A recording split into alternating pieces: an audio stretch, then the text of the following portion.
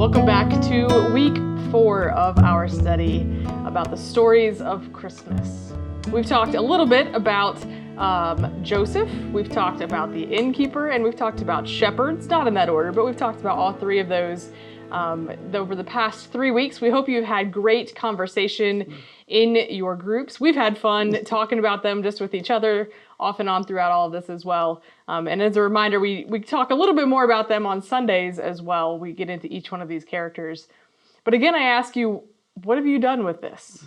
Right? Is this just a show up, have some conversation, and then everything just goes back to the way it was, the hustle and bustle? We're getting really close to Christmas now. Or is there a little more thought that we can put into this about what am I going to do with this? What is there? What is there for me to change? What is there for me to adjust? And how am I going to do that? How am I going to live this out maybe a little bit more faithfully, especially during this season, but even beyond? Because, yeah, it's Christmas time, but this should impact our whole year, our whole life, our whole journey. Every day. Every day.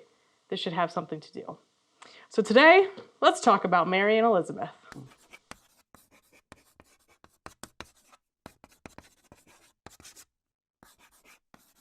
Man, confused and disturbed, Mary tried to think what the angel could mean. Don't be afraid, Mary.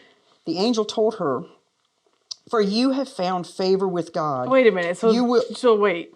Shazam, the angel's back. Shazam. I mean, maybe not the same angel, but an angel again. Yeah.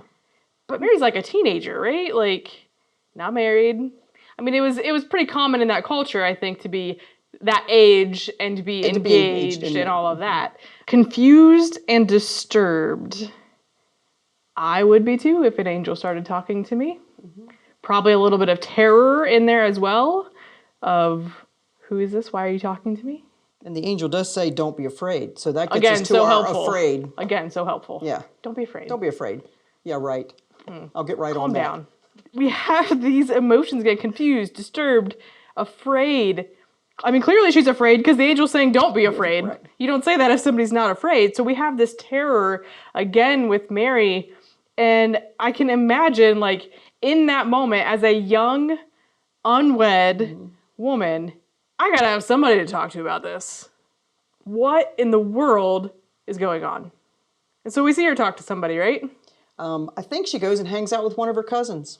Good old cousins. They're the best. Cousins. Yeah, and this whole week you're going to be looking at the cousins, and their relationship to each other, and the role they play in this whole story.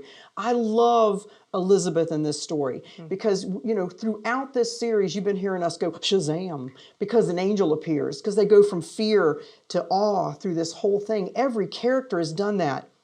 The angel doesn't visit Elizabeth. The angel actually visits Zechariah, the husband. But here, the big deal with Elizabeth is the age thing. Yeah. And then that makes so much sense as women. We do know that at some point it makes it harder for us to have children. And she was of a certain age that she was actually using the word barren. She comes from a culture where having kids is vital to keeping your family line going, to if you're farming sheep or whatever you're doing, to keep that going. Elizabeth had none of that. And she was barren, and that barren makes me think about how we're dealing with things during this season. Maybe the word barren applies, to having loss in the family or something like that, and you feel like there's this place that's missing, this hollowness and stuff. She was feeling that, and here she was. She gets this message. You talk about a Shazam. I'm like, okay, wait a minute, hold on, really? I'm a little older. You want to hand me a screaming, crying baby? I mean, I'm thinking, but she was overjoyed with it too, but she was actually kind of thought it was kind of funny, and stuff. But I just love the way Elizabeth takes on again the role, not having had an angel speak to her, but just her awe comes from a thankfulness that she's been given this. Yeah. But she's still not there yet. She's still not there yet. It actually takes her understanding why the purpose of her being pregnant when Mary comes to visit her. Yeah, and it's interesting if we look at these two characters, right? We have Mary, who is young and engaged and should not have a child yet.